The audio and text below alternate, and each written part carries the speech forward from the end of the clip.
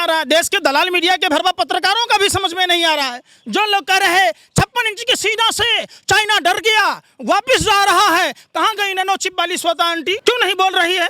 जो शहीदों का अपमान करी थी कि सेना की गलती होती है। कहते थे प्रधानमंत्री मोदी जी, मैं प्रधान सेवक हूँ, चौकीदार हूँ, चौकीदार के रहते न हमारे देश की सरहद सुरक्षित है, न देश में रुपया सुरक्षित है, न देश में नौकरी सुरक्षित है, न देश में माँ बहन बेटियों की इज्जत आबरू सुरक्षित है।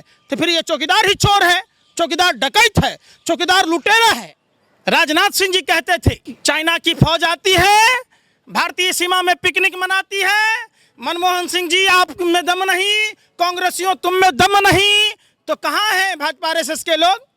चुप और मौन क्यों है? क्यों भारत माँ के वीर सपूतों को बार बार शहीद कराया जा रहा है? इसका जवाब कौन देगा? एक दिन के लिए नेता बनता है तो जनता के टैक्स से, वेतन भत्तों से, 3-3 नेता अगर बना, वार्ड काउंसलर से लेकर मुख्यमंत्री कुछ भी बनेगा तो उसको सारा पेंशन मिलेगा। लेकिन जो हमारे भारत माँ के वीर सपूत हैं, जो भारत माँ के बच्चे हैं, उनका पेंशन इन्होंने बंद कर दिया। सेना के सहायता वीर कोष में 258 लाख करोड़ उसले गए, उस सेना के मृतक के आश्रितों को नहीं दिया गया, तो क्या कहलाता है? हमने पाकिस्तान के लाहौर पर झंडा फहरा दिया था। इंदिरा गांधी के समय हमने पाकिस्तान के 2 टुकड़े किए, हमने कारगिल युद्ध जीता। जिस बेफोर्स घोटाला को ये लोग बता रहे थे बेफोर्स घोटाला, उसी बेफोर्स के बदौलत हमने अटल बिहारी वाजपेयी जी की सरकार में पाकिस्तान पर फतह हासिल की।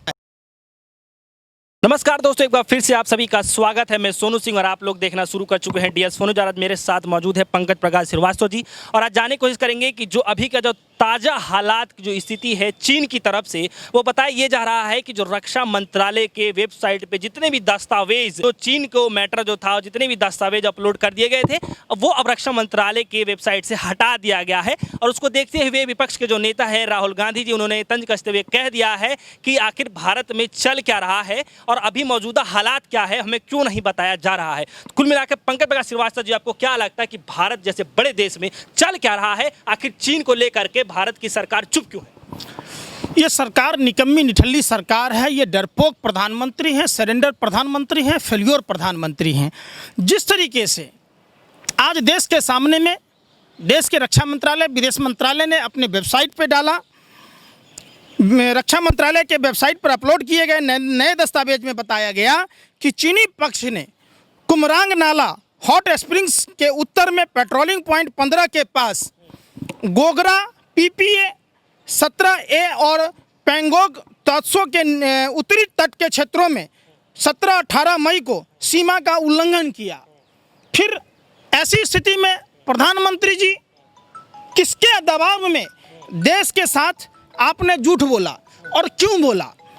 प्रधानमंत्री जी, देश की जनता ने आपको प्रधानमंत्री चुना था, कोई लीडर चुना था, डीलर नहीं चुना था। प्रधानमंत्री जी कितना झूठ बोलते हैं देश की जनता ने देखा। जब 20 जून को सर्वदलीय बैठक हुई, उसमें प्रधानमंत्री जी कहते हैं, भाइयों बहनों मित्रों, न कोई देश घुसा था, न कोई भारतीय सीमा में घुसा, न हमारी सीमा पर कब्जा हुआ। तो प्रधानमंत्री जी झूठ बोल रहे थे।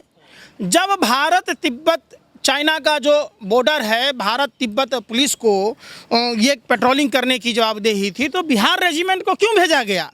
और हमारे जिस कारण बिहार रेजिमेंट के भारत माँ के वीर सपूत शहीद हुए, उनको निहत्थे क्यों भेजा गया? ये सवाल उठता है। और प्रधानमंत्री जी को बताना होगा, जो स्वामी विवेकानंद इंटरनेशनल फाउंडेशन, जिसके फाउंडर मेंबर अजीत डोभाल जी भी हैं, उनकी संस्थाओं में 9 चाइना की संस्थाओं ने चंदा दिया था। जो प्रधानमंत्री के पीएम केयर फंड में पेटीएम जैसे संस्थाओं ने चंदा दिया था। वीवो ये सब कंपनियों पर चाइना से तमाम तरह के व्यवसायिक रिश्ते, चाइना के दूतावास को बंद करना चाहिए और युद्ध की आगाज करना चाहिए। देश की जनता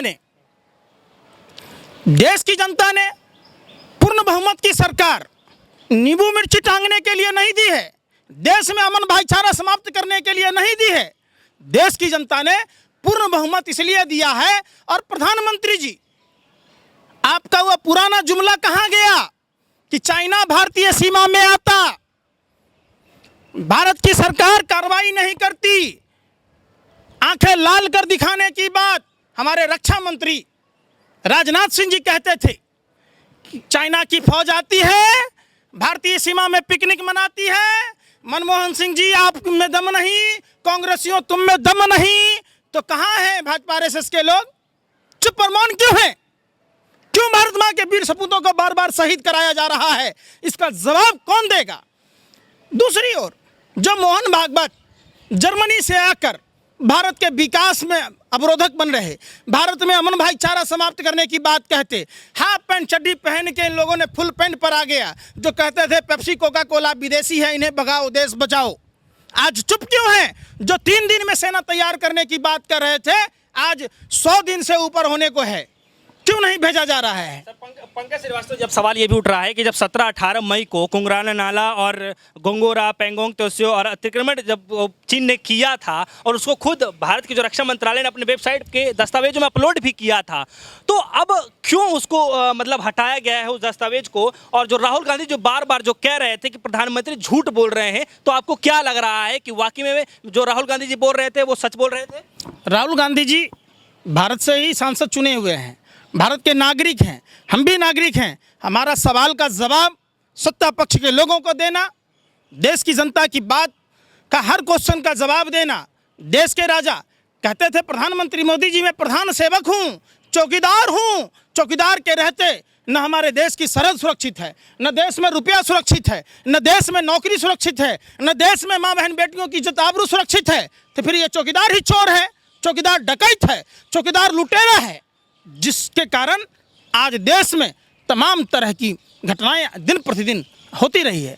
प्रधानमंत्री जी अपने प्रोपेगेंडा के तहत, आप अनपढ़ जाहिल हैं, आप पढ़े लिखे नहीं हैं, आप डिग्री ला सकते हैं जाली, दिमाग थोड़े ना जाली ले आइएगा। कहाँ से बुद्धि आएगा? बुद्धि कोई पैर में फलता है कि तोड़ के ले आइएगा? आपको नहीं बोलना चाहिए था, आपके बरबोलेपन के कारण भारत की स्थिति खराब हो गई। आखिर में जो आधिकारिक स्तर पे जो बात की जा रही थी चीन से कि शायद चीन पीछे हट जाए, आधिकारिक रूप पे बात की जा रही थी और इतने दिनों से बात चल रही थी, उसके बावजूद भी ऐसा क्यों हो रहा है कि चीन लगातार अतिक्रमण करते हुए सामने आ रहा है? ऐसा क्यों किया जा रहा है? चीन को जवाब क्यों नहीं दे पा रही भारत की सरकार?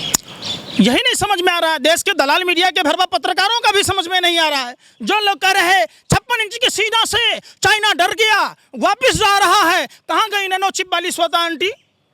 क्यों नहीं बोल रही है? जो शहीदों का अपमान करी थी कि सेना की गलती होती है। जब दूल्हा बेवकूफ़ होगा तो दहेज किस पर मिलेगा? जब हमारा प्रधानमंत्री ही बेवकूफ़ है, अनपढ़ जाहिर है, तो क्या होगा हमारे देश का? राम भरोसे चल रहा, हमारा देश भगवान भरोसे चल रहा। ये तो कह रहे थे कि राफेल आने के बाद से अब देखा ये जा रहा था कि चीन डर गया है, घर में घुस गया है और पाकिस्तान थर्रा रहा है, तो राफेल आने के बाद से तो और आगे बढ़ रहा है। आपके पास जो ताकत है, सामरिक व्यवस्थाएं हैं, जो संसाधन हैं डिफेंस के, उसको दूसरे देशों को बताया नहीं जाता है। निसंदेह हमसे ज़्यादा शक्ति साजो सामान सामग्रियाँ, युद्ध सामग्रियाँ उसके पास हैं। पहली बार प्रधानमंत्री जी की गलती के कारण आज हमारे देश की स्थिति पूरे विश्व में छीछा लेदर करा दिया इन्होंने। हमारे भारत माँ के वीर सपूतों में, भारत माँ के जो सरहदों की रक्षा करने वाले वीर सपूत हैं, उसमें इतना जज्बा है कि हम चाइना में बीजिंग तक झंडा फहरा सकते हैं। देश ने देखा है जिस समय हमारे देश में खाद्यान्न संकट था, अमेरिका का सड़ा हुआ गेहूं आता था, लाल बहादुर शास्त्री के नेतृत्व में हमने पाकिस्तान के लाहौर पर झंडा फहरा दिया था। इंदिरा गांधी के समय हमने पाकिस्तान के 2 टुकड़े किए, हमने कारगिल युद्ध जीता। जिस बेफोर्स घोटाला को ये लोग बता रहे थे बेफोर्स घोटाला, उसी बेफोर्स के बदौलत हमने अटल बिहारी वाजपेयी जी की सरकार में पाकिस्तान पर फतह हासिल की। तो ये मोदी जी को बताना होगा। मोदी जी, देश में जो आपके विरोध में बोलने वाले लोग हैं, आप उन पर कार्रवाई करने के बजाय चाइना पर कार्रवाई कीजिए। देश ने ये प्रियंका गांधी का आवाज़ छीनने जाते हैं, देश ने प्रियंका गांधी का आवाज़ छीनने के लिए चुना है आपको, कि जो चाइना ने ज़मीन कैप्चर किया है वो ज़मीन छीनने के लिए चुना है।